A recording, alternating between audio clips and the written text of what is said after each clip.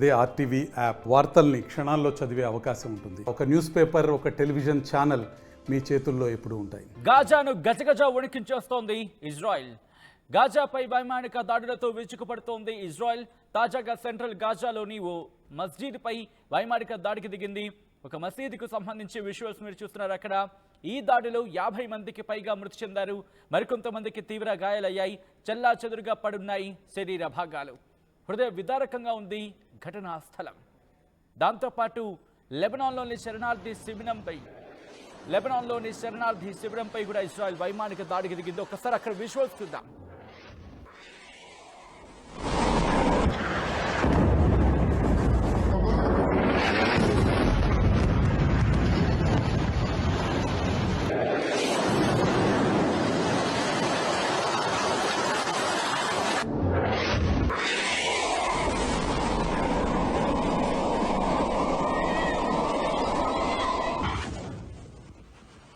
Visuals మీరు చూస్తున్నారు. Israel దాడులకు సంబంధించి భీకర దాడులకు దిగింది ఇజ్రాయెల్.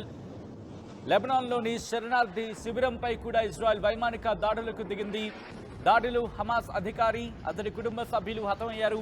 దాడిపై ఎలాంటి అధికారిక ప్రకటన చేయలేదు ఇజ్రాయెల్ డిఫెన్స్ ఫోర్స్. మరోవైపు ఇరాన్పై రాకెట్లు, వైమానిక దాడులకు ఇజ్రాయెల్ ప్లాన్ చేస్తున్నట్టుగా తెలుస్తోంది. ఇరాన్పై ప్రతీకారం తీర్చుకుంటామంటోంది ఇజ్రాయెల్. రాబోయే వారాల్లో భీకరంగా విరుచుకుపడతామంటూ కూడా ప్రకటించింది ఐడిఎఫ్.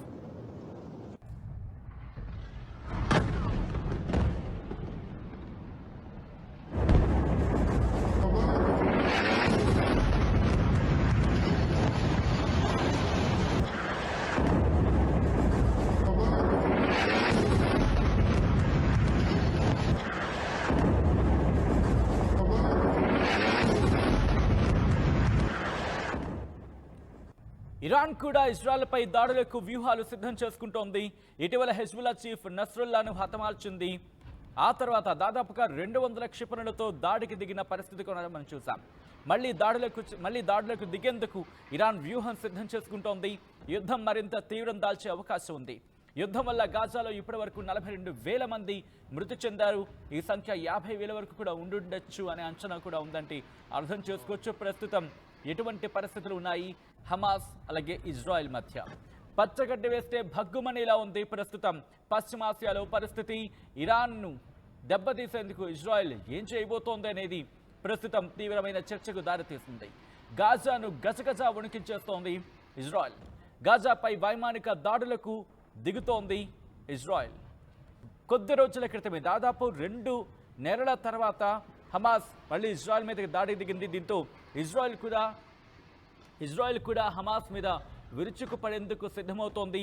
ఈ నేపథ్యంలో ఇక్కడ ఏం జరగబోతుందనేది ఆసక్తికరంగా మారింది. ఒక్కసారి అక్కడ విజువల్స్ చూద్దాం.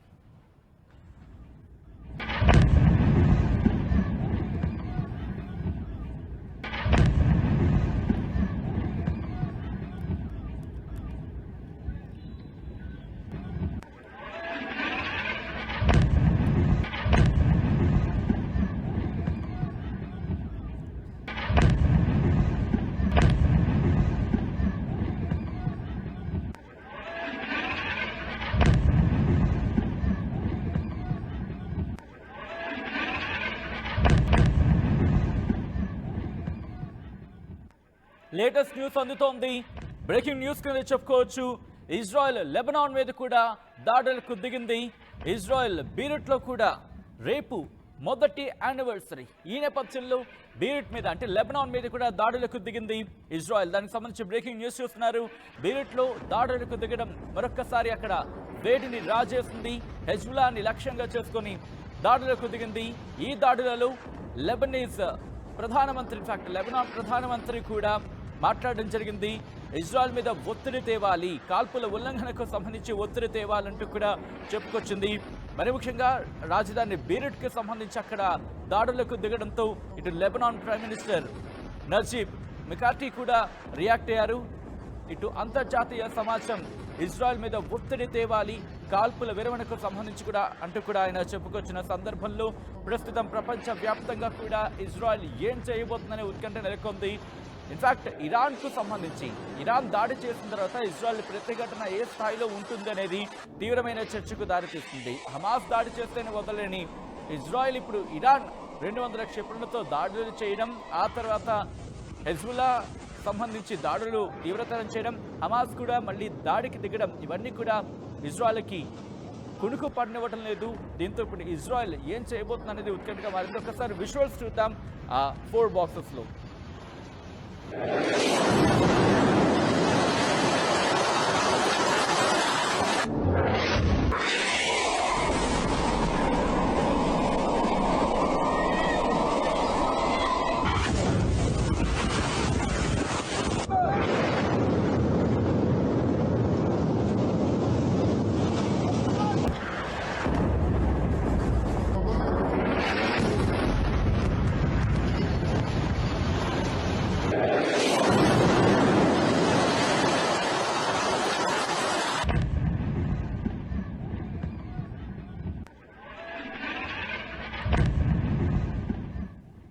పశ్చిమాసియాలో పరిస్థితి మరింత ఉద్రిక్తంగా మారింది. ఇటు ఇజ్రాయెల్ పై దాడులకు దిగుతోంది హెజ్బుల్లా కూడా దాడులను తీవ్రతరం చేసింది. హెజ్బుల్లా చెబుతోంది ఒకటి, హెజ్బుల్లా కమాండర్ ఖాదర్ అలీ తవిల్ ఆయన కూడా హతమార్చామని కూడా ఇజ్రాయెల్ చెప్పుకొస్తోంది. మరి ముఖ్యంగా హెజ్బుల్లా కూడా దాడులను తీవ్రతరం చేస్తుంది ఇజ్రాయెల్ మీదకి. ఈ నేపథ్యంలో ఇజ్రాయెల్ కూడా ప్రతిదాడులకు దిగింది. ఒక్కసారిగా మరింత ఉద్రిక్తంగా మారింది. రేపు మొదటి యానివర్సరీ, ఇజ్రాయెల్కి హమాస్కి మధ్య భీకర యుద్ధం జరిగి రేపటికి మొదటి యానివర్సరీ, అంటే రేపటికి ఏడాది పూర్తి కాబోతోంది. ఈ నేపథ్యంలో ఇజ్రాయెల్ మీదకి హమాస్ చేసిన దాడికి ప్రతిఘటనగా ఇజ్రాయెల్ కూడా అక్కడ భూతల దాడులకు దిగింది. ఇజ్రాయెల్లోకి అడుగుపెట్టిన హమాస్ని వదిలిపెట్టేదే లేదంటూ కూడా పట్టుబట్టి ఇటు హమాస్ అంటే గాజాలోకి అడుగుపెట్టింది. గాజాలో హమాస్ని 90% అక్కడ క్లియర్ చేస్తామంటూ కూడా ఇజ్రాయెల్ ప్రకటించిన పరిస్థితి. ఇప్పుడు హెజ్బుల్లాకి సంబంధించి లెబనాన్లో కూడా దాడులకు దిగింది ఇజ్రాయెల్. సో ఇటువంటి పరిస్థితుల్లో ఎప్పుడు నేరుగా ఇన్నాళ్ళు కూడా పరోక్షంగా ఉన్న ఇరాన్ నేరుగా బయటకు వచ్చి మాట్లాడిన సందర్భాన్ని చూసాం. 200 క్షిపణులతో దాడులు చేసిన సందర్భం. ఇటు హౌతీ రెబల్స్ కూడా దాడులకు దిగుతున్నారు. హౌతీ రెబల్స్ కూడా తమ దాడులని వేగవంతం చేశారు. దాంతోపాటు సిరియాలో కూడా ఇజ్రాయెల్ దాడులు చేసిన సందర్భం అంటూ కూడా చర్చ జరుగుతుందంటే అర్థం చేసుకోవచ్చు. డమాస్కస్కి సంబంధించి ఇక్కడ హసన్ నస్రుల్లా కుమార్తె, హసన్ నస్రుల్లా అల్లుడు, ఇలా దగ్గర బంధువులందరూ కూడా హతమైనట్టుగా తెలుస్తోంది. ఇటువంటి పరిస్థితుల్లోని ఇరాన్ అధ్యక్షుడు అలీ ఖమీనీ బయటకు వచ్చి మాట్లాడారు. 2 రోజుల క్రితం ఆయన బయటకు వచ్చి మాట్లాడినప్పుడు ఎవరిని వదిలిపెట్టేది లేదు, మరి ముఖ్యంగా తమ మద్దతుదారులకు సంబంధించి పూర్తి స్థాయిలో దన్నుగా నిలుస్తామంటూ చెబుతూని ఎవరైనా ఆపద కలిగించాలని చూస్తే నేరుగా చెప్పకపోయినప్పటికీ, ఇజ్రాయెల్ పేరు తీయపోయినప్పటికీ కూడా ఇజ్రాయెల్ని పరోక్షంగా ఆయన ఒక వార్నింగ్ ఇచ్చారనే చెప్పుకోవాలి. ఒకవేళ ఇరాన్ అప్పటికి కొద్ది రోజుల క్రితం, బహుశా అప్పటికి ఒక 2 రోజుల క్రితం ఇరాన్ ఇజ్రాయెల్ మీద 200 క్షిపణులతో దాడులకు దిగింది. ఆ తర్వాత ఏం జరిగిందనేది ఇంట్రెస్టింగ్గా మారింది. ఈ నేపథ్యంలో అలీ ఖమీనీ మాట్లాడుతూ ఒకవేళ ఇరాన్ మీద కనుక ఎవరైనా దాడికి దిగితే ఉపేక్షించేదే లేదు, ఆ తర్వాత పరిణామాలు తీవ్రంగా ఉంటాయంటూ ఆయన చెప్పడం ప్రస్తుతం చర్చకు దారితీస్తుంది.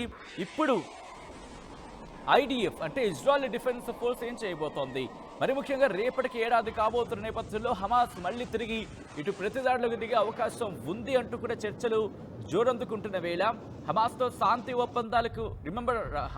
శాంతి ఒప్పందాలకు ఇటు ఈజిప్ట్ అలాగే ఖతార్, అమెరికా ప్రయత్నం చేశాయి, కానీ ఎక్కడా సఫలం కాలేదు. ఇందులో ఏడాది కావస్తోంది. సో ఇప్పుడు గాజా వైపు ఇజ్రాయెల్ తమ బలగాలని రెట్టింపు చేస్తోంది. ఇజ్రాయెల్ తమ బలగాలను అక్కడ మరింత ఎక్కువ సంఖ్యలో పంపిస్తోంది. ఇజ్రాయెల్ దాడులకు సంబంధించి ఏం చేయబోతుంది, దాడులు చేస్తుందా లేకపోతే కేవలం బలగాలను మోహరించి ఒకవేళ హమాస్ కనుక దాడులకు ఉపక్రమిస్తే వాటిని డిఫెండ్ చేయడానికి అక్కడ డిఫెన్స్ ఫోర్సెస్ని పంపిందా? ఇప్పుడు ఇటువంటి ప్రశ్నలన్నీ ఉత్పన్నం అవుతున్నాయి. వైమానిక దళానికి సంబంధించి ఇటు బీరుట్లో ఉంది, డిఫెన్స్కి సంబంధించి మరి ముఖ్యంగా భూతల దాడులకు ఒకవేళ హమాస్ కనుక దిగితే గట్టి గుణపాఠం చెబుతామంటూ ఇజ్రాయెల్ ఇక్కడ అంటే గాజాకు సంబంధించి సరిహద్దుల్లో భద్రతను కట్టుదిట్టం చేసింది, మరింత భద్రతను పెంచింది. వైమానిక దాడులతో లెబనాన్ మీద విరుచుకుపడుతోంది. హౌతీ రెబల్స్కి సంబంధించి కూడా వార్నింగ్ ఇచ్చింది, మీరు ఇక్కడతో ఆగితే బాగుంటుంది, లేకపోతే గత పరిణామాలు మీకు హెచ్చరించాల్సి ఉంటుంది, గత పరిణామాలని ఒక్కసారి చూడండి అంటూ ఒక హెచ్చరిక పంపించింది హౌతీ రెబల్స్కి సంబంధించి. అలాగే ఇరాన్కి కూడా నేరుగా హెచ్చరికలు జారీ చేస్తున్న పరిస్థితి ఉందా అంటే కనుక బిగ్గెస్ట్ క్వశ్చన్ మార్క్. కానీ ఒకటే చెబుతోంది, తమ పౌరుల విషయంలో ఎవరైనా దాడికి దిగితే, ఎవరైనా తమ పౌరుల విషయంలో వాళ్ళకి హాని కలిగించినా, వాళ్ళకి ఇబ్బంది కలిగించినా, వాళ్ళకి ఎటువంటి ఇబ్బందికర వాతావరణం సృష్టించినా వాళ్ళని వదిలేదే లేదంటూ కూడా ఇజ్రాయెల్ బహిరంగంగానే చెబుతోంది. ఈ నేపథ్యంలో ఇరాన్ ఇక్కడ దాదాపుగా 200 క్షిపణులు 180కి పైగా క్షిపణుని ప్రయోగించిన నేపథ్యంలో ఇప్పుడు ఇరాన్ను ఇజ్రాయెల్ విడిచిపెడుతుందా, వదులుతుందా, లేకపోతే ప్రతిదాడికి దిగుతుందా? రిమెంబర్, ఇక్కడ నేను ఎందుకు ఈ మాటని స్ట్రెస్ చేస్తున్నానంటే, ఆల్రెడీ ఇరాన్ వార్నింగ్ ఇచ్చింది, ఇజ్రాయెల్ ఇక్కడితో వదిలేస్తే సరి, లేదు ప్రతిదాడికి దిగితే కనుక పరిణామాలు తీవ్రంగా ఉంటాయంటూ హెచ్చరించింది. సో ఇటువంటి నేపథ్యంలో ఏం జరుగుతుందనే ఒక ఉత్కంఠ మాత్రం కొనసాగుతోంది. గాజా గురించి మాట్లాడుకుంటున్నాం. ఇప్పుడు గాజా చాలా కీలకమైన పరిస్థితి. హమాస్ దాదాపుగా 90% తుడిచిపెట్టుకుపోయిందంటూ కూడా ఇటు ఇజ్రాయెల్ చెబుతున్న నేపథ్యంలో ఇప్పుడు గాజాలోని ఒక మసీదుపై అక్కడ దాడులకు దిగింది. ఈ దాడుల్లో 50 మంది మృతి చెందారు. దాంట్లో కొంతమంది కీలక నేతలు ఉన్నట్టుగా తెలుస్తోంది. ఇక్కడ హమాస్కి పెద్ద దెబ్బ, హనియే మృతి. ఇరాన్లో ఇస్మాయిల్ హనియేను హతమార్చిన తర్వాత హమాస్ కీలక నేతలను ఒక్కొక్కరిని కోల్పోతోంది. మరి ముఖ్యంగా గత కొద్ది రోజులుగా లెబనాన్కి సంబంధించి చాలా సన్నిహిత సంబంధాలు, చాలా దగ్గరగా ఉంటుంది. మరి ముఖ్యంగా లెబనాన్లోని హెజ్బుల్లాకి సంబంధించి ఇటు హమాస్కి చాలా సాన్నిహిత్యం ఉంది. తమకు కావాల్సిన ఆయుధ సామాగ్రి కావచ్చు, వీటిని సమకూర్చడంలో హెజ్బుల్లా సహాయపడుతుందనే మాట మనం ఇక్కడ గమనిస్తూ ఉంటాం. సో ఇటువంటి నేపథ్యంలో ఇప్పుడు హెజ్బుల్లా మీద కూడా దాడిని తీవ్రతరం చేస్తుంది. హెజ్బుల్లా మీద దాడిని తీవ్రతరం చేస్తున్న నేపథ్యంలో హమాస్ ఎక్కడా కూడా అంటే ఇజ్రాయెల్ మీద అంతగా దాడులకు తెగబడిన సిచ్యువేషన్ కూడా మనం దాదాపుగా చూసామని చెప్పుకోవచ్చు. ఇక్కడ హమాస్ ఒకవేళ ఇప్పుడు దాడులకు దిగితే ఇజ్రాయెల్ ఏం చేస్తుంది? ఎందుకంటే ఒకటే చెబుతోంది, ఇజ్రాయెల్ 90% తుడిచిపెట్టుకుపోయింది హమాస్ అంటున్న ఈ నేపథ్యంలో ఒక వారం రోజుల వ్యవధి కరెక్ట్గా ఇటు హమాస్ కూడా తిరిగి మళ్ళీ ఇజ్రాయెల్ మీద దాడులకు దిగింది. సో ఇటువంటి పరిస్థితుల్లో ఇజ్రాయెల్ ఇప్పుడు గాజా వైపు బలగాలను పెంచుతోందంటే ప్రతిదాడి చేయబోతోందా, ప్రతిఘటించబోతోందా, లేకపోతే అటు నుంచి ఏమైనా సవాళ్ళు ఎదురైతే వాటిని డిఫెన్స్ చేసుకోవడానికి అక్కడ బలగాలను మోహరిస్తోందా, లేకపోతే మరింత దాడిని తీవ్రతరం చేయాలనుకుంటోందా? హమాస్ని మరి ముఖ్యంగా గాజా స్ట్రిప్కి సంబంధించి మాట్లాడుకున్నప్పుడు అక్కడ ఎటువంటి వాతావరణం ఉండబోతోంది, రేపు ఏం జరగబోతోంది అనేది చాలా కీలకంగా మారింది. ఈ రోజు నుంచి ఇటు రెండు వైపులా కూడా దాడులు పెరిగే అవకాశం ఉంది. ఎట్ ద సేమ్ టైం 37 దాడికి మొత్తం అన్ని సిద్ధమవబోతున్నాయా అనేది ఇప్పుడు కీలకంగా మారింది. ఎందుకు ఈ మాట ఇక్కడ వస్తోందంటే కనుక, ఇరాన్ ఇప్పుడు నేరుగా ప్రత్యక్షంగా రంగంలోకి దిగిన పరిస్థితి మనం చూడలేదు. కానీ ఈరోజు నేరుగా ఇరాన్ కూడా రంగంలోకి దిగింది అంటూ కూడా చర్చ జోరందుకుంటున్న నేపథ్యంలో పేజర్ అటాక్కి సంబంధించి ఇక్కడ మళ్ళీ ప్రస్తావన వస్తుంది. ఎందుకు వస్తుందంటే కనుక, పేజర్ అటాక్స్ తర్వాత ఇటు హెజ్బుల్లా, ఇరాన్ ఇక్కడ కాన్సన్ట్రేషన్ ఎక్కువైంది. హెజ్బుల్లా మీద దాడికి సంబంధించి పేజర్స్ అటాక్స్లో అక్కడ చాలామంది కీలక నేతలు వాళ్ళు ఒకసారిగా షాక్కి గురయ్యారు. వాళ్ళందరూ వాటిని కమ్యూనికేషన్ సిస్టమ్ పేజర్స్ అంటూ చర్చ జరిగిన నేపథ్యంలో ఎప్పుడైతే పేజర్స్ మీద అటాక్ జరిగిందో ఆ తర్వాత పరిస్థితులు మారిపోతూ వచ్చాయి. ప్రస్తుతం గాజా గురించి మాత్రం ఆసక్తికర చర్చ జరుగుతోంది. సో గాజాలో ఇప్పుడు ఏం జరగబోతోంది, ఇజ్రాయెల్ ఏం చేయబోతుంది అనేది మరొక ఆసక్తికర చర్చకు దారితీస్తోంది.